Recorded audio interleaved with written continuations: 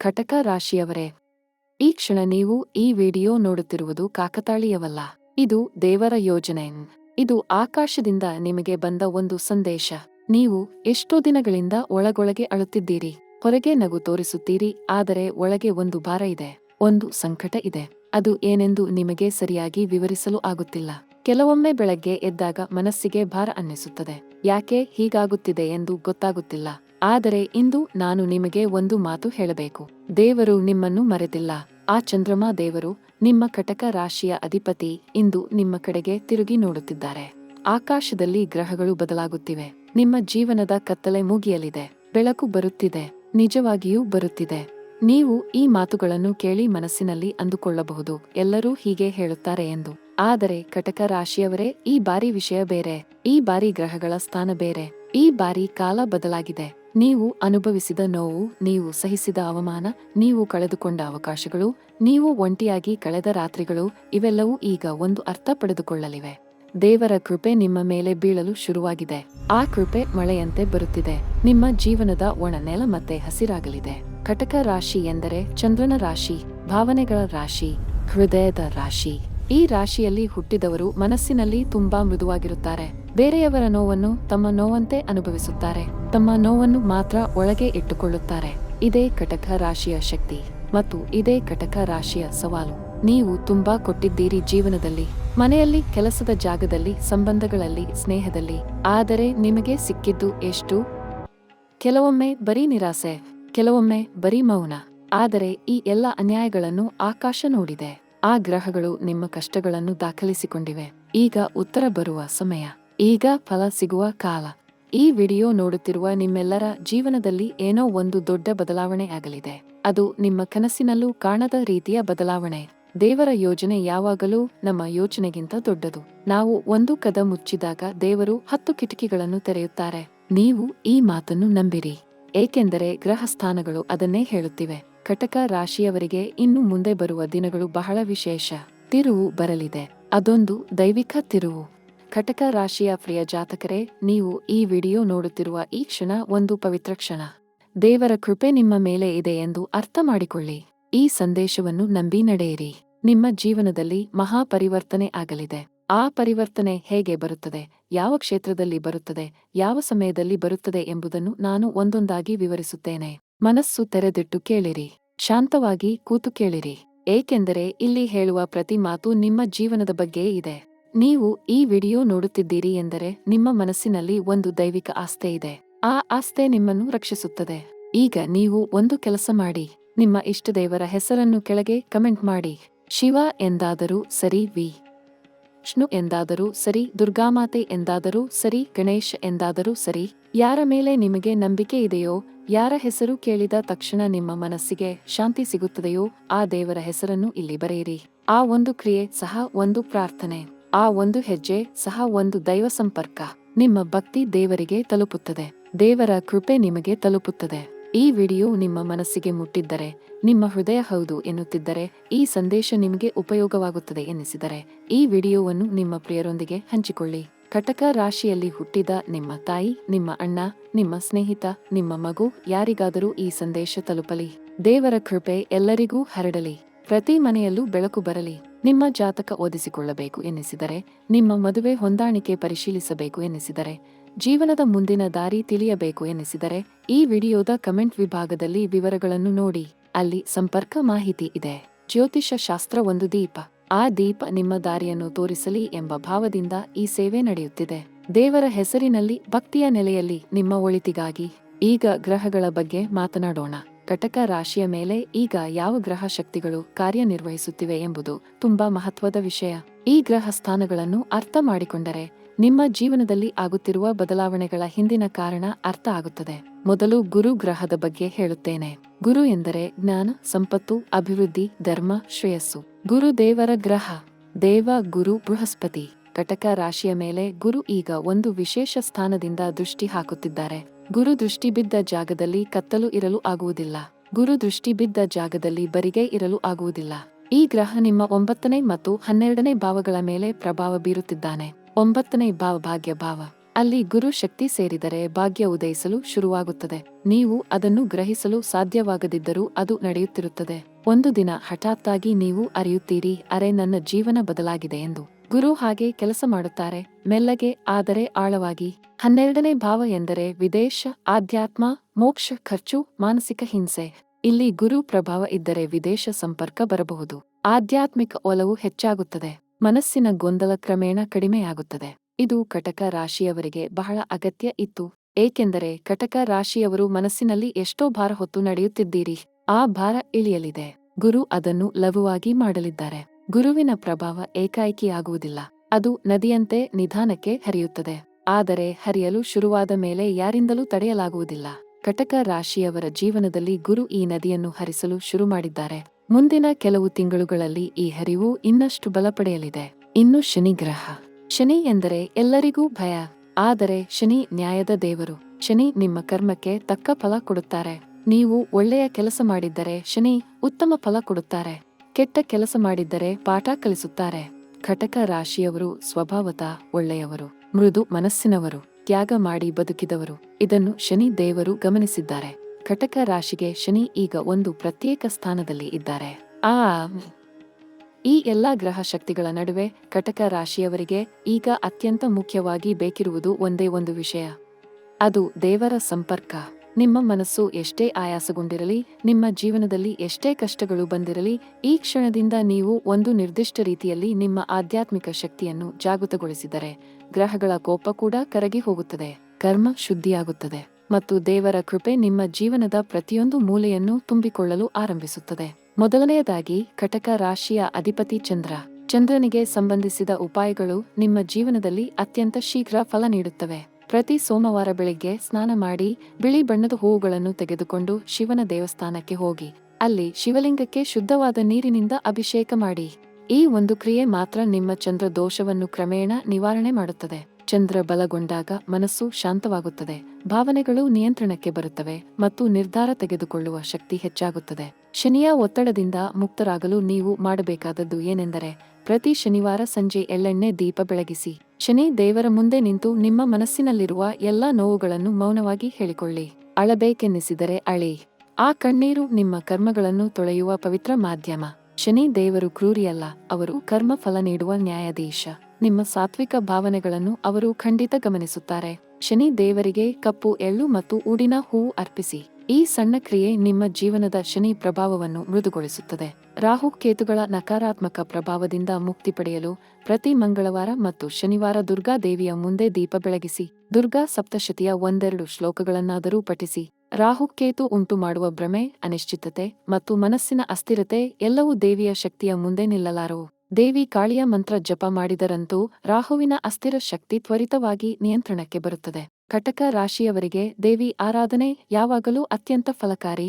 ಗುರು ಬೃಹಸ್ಪತಿಯ ಅನುಗ್ರಹ ಪಡೆಯಲು ಪ್ರತಿ ಗುರುವಾರ ಹಳದಿ ಬಣ್ಣದ ಬಟ್ಟೆ ಧರಿಸಿ ಅಥವಾ ಹಳದಿ ಹೂವು ತೆಗೆದುಕೊಂಡು ವಿಷ್ಣು ದೇವಸ್ಥಾನಕ್ಕೆ ಹೋಗಿ ವಿಷ್ಣು ಸಹಸ್ರನಾಮ ಪಠಿಸಿ ಅಥವಾ ಕೇಳಿ. ಗುರುಗ್ರಹ ಶಿಕ್ಷಣ, ಜ್ಞಾನ ಮತ್ತು ಸಮೃದ್ಧಿಯ ಕಾರಕ.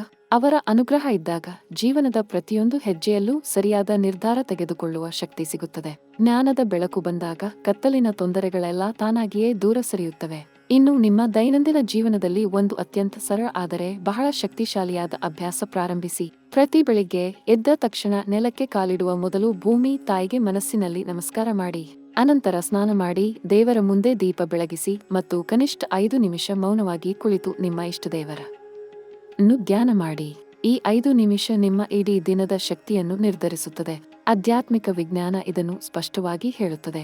ಬೆಳಿಗ್ಗೆ ನೀವು ಮೊದಲು ಯಾವ ಶಕ್ತಿಯನ್ನು ಸ್ಪರ್ಶಿಸುತ್ತೀರೋ ಇಡೀ ದಿನ ಆ ಶಕ್ತಿ ನಿಮ್ಮನ್ನು ಹಿಂಬಾಲಿಸುತ್ತದೆ.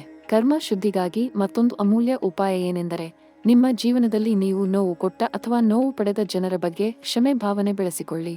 ಕರ್ಮಶಾಸ್ತ್ರ ಹೇಳುತ್ತದೆ, ನಾವು ಇತರರನ್ನು ಕ್ಷಮಿಸದ ತನಕ ನಮ್ಮ ಕರ್ಮದ ಭಾರ ಇಳಿಯುವುದಿಲ್ಲ. ಕ್ಷಮೆ ಎಂದರೆ ದೌರ್ಬಲ್ಯವಲ್ಲ, ಕ್ಷಮೆ ಎಂದರೆ ನಿಮ್ಮನ್ನು ನೀವು ಮುಕ್ತಗೊಳಿಸಿಕೊಳ್ಳುವ ಧೈರ್ಯ. ಈ ಕ್ಷಣದಿಂದ ನೀವು ಯಾರ ಮೇಲಾದರೂ ದ್ವೇಷ ಇಟ್ಟುಕೊಂಡಿದ್ದರೆ ಅದನ್ನು ಬಿಡಲು ಪ್ರಯತ್ನಿಸಿ. ಆ ಕ್ಷಣ ನಿಮ್ಮ ಗ್ರಹ ದಶೆ ಬದಲಾಗಲು ಆರಂಭವಾಗುತ್ತದೆ ಎಂದು ಜ್ಯೋತಿಷ್ಯ ಶಾಸ್ತ್ರ ನಿಸ್ಸಂಶಯವಾಗಿ ಹೇಳುತ್ತದೆ. ನೀರಿನ ಉಪಾಯ ಕಟಕ ರಾಶಿಯವರಿಗೆ ವಿಶೇಷವಾಗಿ ಶಕ್ತಿಶಾಲಿ. ಚಂದ್ರ ಮತ್ತು ನೀರು ಇವೆರಡೂ ನಿಮ್ಮ ರಾಶಿಯ ಆಧಾರ ಶಕ್ತಿಗಳು. ಪ್ರತಿ ಪೌರ್ಣಿಮೆಯ ದಿನ ರಾತ್ರಿ ಚಂದ್ರನ ಬೆಳಕಿನಲ್ಲಿ ಕುಳಿತು ನೀರು ಕುಡಿಯಿರಿ. ಅಥವಾ ಒಂದು ತಾಮ್ರದ ಪಾತ್ರೆಯಲ್ಲಿ ನೀರಿಟ್ಟು ಚಂದ್ರನ ಬೆಳಕಿಗೆ ಒಡ್ಡಿ ಆ ನೀರನ್ನು ಮರುದಿನ ಬೆಳಿಗ್ಗೆ ಕುಡಿಯಿರಿ. ಈ ಚಂದ್ರ ಅಭಿಷಿಕ್ತ ನೀರು ನಿಮ್ಮ ಮನಸ್ಸಿನ ಆಳದಲ್ಲಿ ಅಡಗಿರುವ ಭಯ, ಆತಂಕ ಮತ್ತು ಅಸ್ಥಿರತೆಯನ್ನು ಕ್ರಮೇಣ ನಿವಾರಿಸುತ್ತದೆ. ಅನೇಕ ಜನರ ಜೀವನದಲ್ಲಿ ಈ ಸರಳ ಉಪಾಯ ಅದ್ಭುತ ಫಲ ನೀಡಿದೆ. ಅನ್ನ ದಾನ ಮಾಡಿ. ಇದು ಕಟಕ ರಾಶಿಯವರಿಗೆ ಅತ್ಯಂತ ಪ್ರಬಲ ಕರ್ಮ ನಿವಾರಕ ಉಪಾಯ. ತಿಂಗಳಲ್ಲಿ ಒಂದಾದರೂ ಸಲ ಬಡವರಿಗೆ, ಅನಾಥರಿಗೆ ಅಥವಾ ವೃದ್ಧಾಶ್ರಮದಲ್ಲಿರುವವರಿಗೆ ಊಟ ಬಡಿಸಿ. ಆ ಊಟ ತಿಂದ ಪ್ರತಿಯೊಬ್ಬರ ಹೊಟ್ಟೆಯಲ್ಲಿ ತೃಪ್ತಿ ಉಂಟಾಗುವ ಕ್ಷಣ ನಿಮ್ಮ ಅದೃಷ್ಟದ ಒಂದು ಹೊಸ ಬಾಗಿಲು ತೆರೆಯುತ್ತದೆ. ಅನ್ನ ದಾನ ಮಾಡಿದಾಗ ಶನಿ ದೇವರ ಕೋಪ ತಣ್ಣಗಾಗುತ್ತದೆ, ಗ್ರಹ ದೋಷಗಳು ಕ್ಷೀಣಿಸುತ್ತವೆ ಮತ್ತು ಪುಣ್ಯ ಕರ್ಮ ಸಂಗ್ರಹವಾಗುತ್ತದೆ. ಈ ಸಂಸಾರದಲ್ಲಿ ಉಪಕಾರ ಮಾಡಿದ ಕ್ಷಣ ದೇವರ ಕೃಪೆ ತಾನಾಗಿ ಹರಿದು ಬರುತ್ತದೆ. ನಿಮ್ಮ ಮನಸ್ಸಿನ ಶಾಂತಿಗಾಗಿ ಒಂದು ಕೆಲಸ ಮಾಡಿ. ಪ್ರತಿ ರಾತ್ರಿ ಮಲಗುವ ಮೊದಲು ನಿಮ್ಮ ಇಷ್ಟದೇವರ ಹೆಸರನ್ನು 21 ಬಾರಿ ಮನಸ್ಸಿನಲ್ಲಿ ಜಪಿಸಿ. ನಿದ್ರಿಸುವ ಮೊದಲು ನಿಮ್ಮ ಮನಸ್ಸು ಯಾವ ಸ್ಪಂದನದಲ್ಲಿರುತ್ತದೆಯೋ ನಿಮ್ಮ ಆತ್ಮ ನಿದ್ರೆಯಲ್ಲಿ ಆ ಸ್ಪಂದನದ ಜಗತ್ತನ್ನು ಸಂಚರಿಸುತ್ತದೆ. ದೈವಿಕ ಹೆಸರಿನಲ್ಲಿ ನಿದ್ರಿಸಿದಾಗ ದೈವಿಕ ಶಕ್ತಿ ನಿಮ್ಮ ಆತ್ಮದಲ್ಲಿ ಇಳಿಯುತ್ತದೆ ಮತ್ತು ಮರುದಿನ ನೀವು ಹೆಚ್ಚು ಶಕ್ತಿಯುತರಾಗಿ, ಹೆಚ್ಚು ಧನಾತ್ಮಕ ಭಾವನೆಯಲ್ಲಿ ಎದ್ದೇಳುತ್ತೀರಿ. ಈ ಪ್ರಕ್ರಿಯೆ ಗ್ರಹಗಳ ನಕಾರಾತ್ಮಕ ಪ್ರಭಾವವನ್ನು ಹೆಜ್ಜೆ ಹೆಜ್ಜೆಯಾಗಿ ದೂರ ಮಾಡುತ್ತದೆ. ಒಂದು ಗಿಡ ನೆಡಿ. ತುಳಸಿ ಗಿಡ ನಿಮ್ಮ ಮನೆಯ ಮುಂದೆ ಇದ್ದರೆ ಅದು ನಿಮ್ಮ ರಾಶಿಗೆ ಅತ್ಯಂತ ಶ್ರೇಷ್ಠ. ಪ್ರತಿ ಬೆಳಿಗ್ಗೆ ತುಳಸಿ ಗಿಡಕ್ಕೆ ನೀರು ಹಾಕಿ, ಉದಿನ ಬತ್ತಿ ಬೆಳಗಿಸಿ ಮತ್ತು 1 ನಿಮಿಷ ಅಲ್ಲೇ ನಿಂತು ದೈವಿಕ ಭಾವನೆಯಲ್ಲಿ ಉಸಿರಾಡಿ. ತುಳಸಿ ಗಿಡ ಇರುವ ಮನೆಯಲ್ಲಿ ನಕಾರಾತ್ಮಕ ಶಕ್ತಿ ಪ್ರವೇಶಿಸಲಾರದು ಎಂಬುದು ನಮ್ಮ ಪೂರ್ವಜರ ಅನುಭವ ಮತ್ತು ಶಾಸ್ತ್ರದ ನಿಶ್ಚಿತ ವಚನ. ಮನೆಯ ಒಳಗಿನ ವಾತಾವರಣ ಶುದ್ಧವಾದಾಗ ಕುಟುಂಬದ ಎಲ್ಲರ ಅದೃಷ್ಟ ಒಟ್ಟಿಗೆ ಮೇಲೇರುತ್ತದೆ. ಮೌನ ಆಚರಿಸಿ. ವಾರದಲ್ಲಿ ಒಂದಾದರೂ ಗಂಟೆ ಪೂರ್ಣ ಮೌನದಲ್ಲಿ ಕಳೆಯಿರಿ. ಮೊಬೈಲ್ ಇಲ್ಲ, ಟೆಲಿವಿಷನ್ ಇಲ್ಲ, ಯಾರ ಜೊತೆಯೂ ಮಾತಿಲ್ಲ. ಈ ಮೌನದಲ್ಲಿ ನಿಮ್ಮ ಆತ್ಮ ಮಾತನಾಡುತ್ತದೆ. ನಿಮ್ಮ ಜೀವನದ ನಿಜವಾದ ದಿಕ್ಕ ಯಾವುದು ಎಂಬ ಉತ್ತರ ಆ ಮೌನದಲ್ಲಿಯೇ ಸಿಗುತ್ತದೆ. ಅಧ್ಯಾತ್ಮ ಶಾಸ್ತ್ರ ಹೇಳುತ್ತದೆ, ದೇವರ ಧ್ವನಿ ಮೌನದಲ್ಲಿ ಕೇಳಿಸುತ್ತದೆ ಮತ್ತು ಕಟಕ ರಾಶಿಯವರ ಅಂತರ್ಮನಸ್ಸು ಅತ್ಯಂತ ಶಕ್ತಿಶಾಲಿ. ನೀವು ಮೌನದಲ್ಲಿ ಏನು ಗ್ರಹಿಸುತ್ತೀರೋ ಅದು ಹೆಚ್ಚಿನ ಸಂದರ್ಭಗಳಲ್ಲಿ ನಿಜವಾಗಿರುತ್ತದೆ. ಇನ್ನು ಈ ಆಧ್ಯಾತ್ಮಿಕ ಉಪಾಯಗಳ ಜೊತೆ ನಿಮ್ಮ ಜೀವನದಲ್ಲಿ ಕಟಕ ರಾಶಿಯವರೇ, ಈಗ ನಾವು ನಿಮ್ಮ ಪ್ರೀತಿ, ಸಂಬಂಧ ಮತ್ತು ಕುಟುಂಬದ ವಿಷಯಗಳ ಕಡೆಗೆ ಬರೋಣ. ಈ ಕ್ಷೇತ್ರದಲ್ಲಿ ಗ್ರಹಗಳು ತಂದಿರುವ ಬದಲಾವಣೆಗಳು ನಿಮ್ಮ ಹೃದಯವನ್ನು ತಟ್ಟುವಂತಿವೆ. ಬಹಳ ಕಾಲದಿಂದ ಮನಸ್ಸಿನಲ್ಲಿ ಅದುಮಿಟ್ಟ ನೋವುಗಳು, ಹೇಳಲಾಗದ ಭಾವನೆಗಳು, ಯಾರಿಗಾದರೂ ಅರ್ಥ ಆಗುತ್ತಾರಾ ಎಂದು ಕಾದ ಕ್ಷಣಗಳು. ಈಗ ಆ ಎಲ್ಲಾ ಕಾಯುವಿಕೆಗೆ ಉತ್ತರ ಸಿಗಲಿದೆ. ಕಟಕ ರಾಶಿ ಚಂದ್ರನ ರಾಶಿ. ಭಾವನೆಗಳೇ ನಿಮ್ಮ ಶ್ವಾಸ. ಪ್ರೀತಿ ಇಲ್ಲದಿದ್ದರೆ ನೀವು ಬದುಕಲು ಸಾಧ್ಯವೇ ಇಲ್ಲ ಎಂಬಷ್ಟು ಸೂಕ್ಷ್ಮವಾದ ಮನಸ್ಸು ನಿಮ್ಮದು. ಆದರೆ ಅದೇ ಕಾರಣಕ್ಕೆ ನೀವು ಬಹಳ ಬಾರಿ ನೋವಿಗೆ ಗುರಿಯಾಗಿದ್ದೀರಿ. ನಂಬಿದವರು ದೂರ ಆಗಿದ್ದಾರೆ, ಪ್ರೀತಿಸಿದವರು ತಪ್ಪು ತಿಳಿದಿದ್ದಾರೆ, ಅರ್ಥ ಮಾಡಿಕೊಳ್ಳುತ್ತಾರೆ ಎಂದು ನಂಬಿದವರು ಕೈಬಿಟ್ಟಿದ್ದಾರೆ. ಇದೆಲ್ಲ ನಿಮ್ಮ ಗತಕಾಲದ ಕತೆ. ಆದರೆ ಈಗ ಆ ಅಧ್ಯಾಯ ಮುಚ್ಚಲಿದೆ. ಗುರುಗ್ರಹ ನಿಮ್ಮ ಸಪ್ತಮ ಸ್ಥಾನದ ಮೇಲೆ ದೃಷ್ಟಿ ಹಾಕುತ್ತಿರುವುದು ಇದರ ಮುಖ್ಯ ಕಾರಣ. ಸಪ್ತಮ ಸ್ಥಾನ ಅಂದರೆ ವಿವಾಹ, ಪ್ರೀತಿ, ಸಂಗಾತಿ, ಜೀವನ ಸಾಥಿ. ಗುರುವಿನ ಕೃಪೆ ಇಲ್ಲಿ ಬಿದ್ದಾಗ ಸಂಬಂಧಗಳು ಬಲಗೊಳ್ಳುತ್ತವೆ, ಮದುವೆಯ ಸಾಧ್ಯತೆ ಹೆಚ್ಚಾಗುತ್ತದೆ ಮತ್ತು ಹಳೆಯ ಘಾಸಿಗಳು ಗುಣವಾಗುತ್ತವೆ. ವಿವಾಹಿತರಿಗೆ ದಾಂಪತ್ಯದಲ್ಲಿ ಹೊಸ ಬೆಳಕು ಬರಲಿದೆ. ಅವಿವಾಹಿತರಿಗೆ ಜೀವನ ಸಾಥಿ ಸಿಗುವ ಸಮಯ ಇದೇ ಆಗಿರಬಹುದು. ಕೆಲವರಿಗೆ ಒಂದು ವಿಶೇಷ ಸಂಗತಿ ಹೇಳಬೇಕು. ಬಹಳ ಕಾಲದಿಂದ ಒಬ್ಬ ವ್ಯಕ್ತಿ ನಿಮ್ಮ ಮನಸ್ಸಿನ ಮೂಲೆಯಲ್ಲಿ ಇದ್ದಾರೆ. ಆ ಸಂಬಂಧ ಬಗ್ಗೆ ನೀವು ಭಯಪಡುತ್ತಿದ್ದೀರಿ, ಮತ್ತೆ ನೋವಾಗಬಹುದು ಎಂದು ಹೇಳಿಕೊಳ್ಳಲು ಹಿಂಜರಿಯುತ್ತಿದ್ದೀರಿ. ಆದರೆ ಗ್ರಹಗಳ ಭಾಷೆ ಹೀಗೆ ಹೇಳುತ್ತಿದೆ, ಆ ಭಯ ಬಿಡಿ, ಆ ಬಾಗಿಲನ್ನು ತೆರೆಯುವ ಸಮಯ ಬಂದಿದೆ. ಏಕೆಂದರೆ ಈ ಬಾರಿ ದೇವರು ನಿಮ್ಮ ಪರ ಇದ್ದಾರೆ. ಕುಟುಂಬದ ವಿಷಯದಲ್ಲಿ ಹೇಳಬೇಕೆಂದರೆ, ಮನೆಯಲ್ಲಿ ಬಹಳ ಕಾಲದಿಂದ ಇದ್ದ ಒಂದು ಉದ್ವೇಗ, ಒಂದು ಮೌನ ಯುದ್ಧ, ಒಂದು ಮನಸ್ತಾಪ ಇತ್ಯಾದಿಗಳು ಇನ್ನು ಮುಂದೆ ಕರಗಲಿವೆ. ತಾಯಿ ಅಥವಾ ಹಿರಿಯ ಮಹಿಳೆಯ ಜೊತೆ ಇದ್ದ ಭಿನ್ನಾಭಿಪ್ರಾಯ ದೂರವಾಗಬಹುದು. ಮಕ್ಕಳಿರುವ ಪೋಷಕರಿಗೆ ಮಕ್ಕಳ ವಿಷಯದಲ್ಲಿ ಒಳ್ಳೆಯ ಸುದ್ದಿ ಬರಲಿದೆ. ಮನೆಯ ವಾತಾವರಣ ಪ್ರಶಾಂತವಾಗಲಿದೆ. ಮನೆಯಲ್ಲಿ ನಗು ಹಿಂದಿರುಗಲಿದೆ. ಯಾರಾದರೂ ನಿಮ್ಮ ಬಗ್ಗೆ ತಪ್ಪು ತಿಳಿದಿದ್ದರೆ, ನಿಮ್ಮ ಮೇಲೆ ಅನ್ಯಾಯವಾಗಿ ಅನುಮಾನಪಟ್ಟಿದ್ದರೆ, ನಿಮ್ಮ ಒಳ್ಳೆಯತನವನ್ನು ಕೆಟ್ಟದ್ದಾಗಿ ಭಾವಿಸಿದ್ದರೆ, ಅವರಿಗೆ ಸತ್ಯ ಬಹಿರಂಗವಾಗುವ ಸಮಯ ಬಂದಿದೆ. ನೀವು ಹೇಳದೇ ಇದ್ದರೂ ನಿಮ್ಮ ನಿಜ ಸ್ವಭಾವ ಜಗಜ್ಜಾಹೀರಾಗಲಿದೆ. ದೇವರ ನ್ಯಾಯ ಯಾವಾಗಲೂ ತಡವಾಗಿ ಬರಬಹುದು, ಆದರೆ ಬರದೇ ಇರಲು ಸಾಧ್ಯವಿಲ್ಲ. ಒಂದು ಮಾತು ನಿಮಗೆ ಖಾಸಗಿಯಾಗಿ ಹೇಳಬೇಕಿದೆ. ಪ್ರೀತಿಯಲ್ಲಿ ನಂಬಿಕೆ ಕಳೆದುಕೊಂಡ ಕಟಕ ರಾಶಿಯವರು ಇದನ್ನು ಕೇಳಿ. ಒಂದು ಕಾಲದಲ್ಲಿ ನೀವು ಪೂರ್ತಿ ಮನಸ್ಸಿಟ್ಟು ಯಾರನ್ನೂ ಪ್ರೀತಿಸಿದ್ದೀರಿ.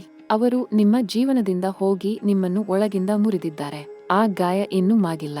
ಹೊಸ ಸಂಬಂಧ ಶುರುವಾದಾಗ ಮನಸ್ಸಿನ ಯಾವುದೋ ಮೂಲೆಯಲ್ಲಿ ಭಯ ಕಾಡುತ್ತದೆ. ಇದು ನಿಮ್ಮ ತಪ್ಪಲ್ಲ, ಆದರೆ ಇದನ್ನು ಬಿಡಬೇಕಾದ ಸಮಯ ಈಗ ಬಂದಿದೆ. ಆ ಹಳೆಯ ನೋವನ್ನು ದೇವರ ಚರಣಕ್ಕೆ ಅರ್ಪಿಸಿ ಮುಂದೆ ನಡೆಯಿರಿ.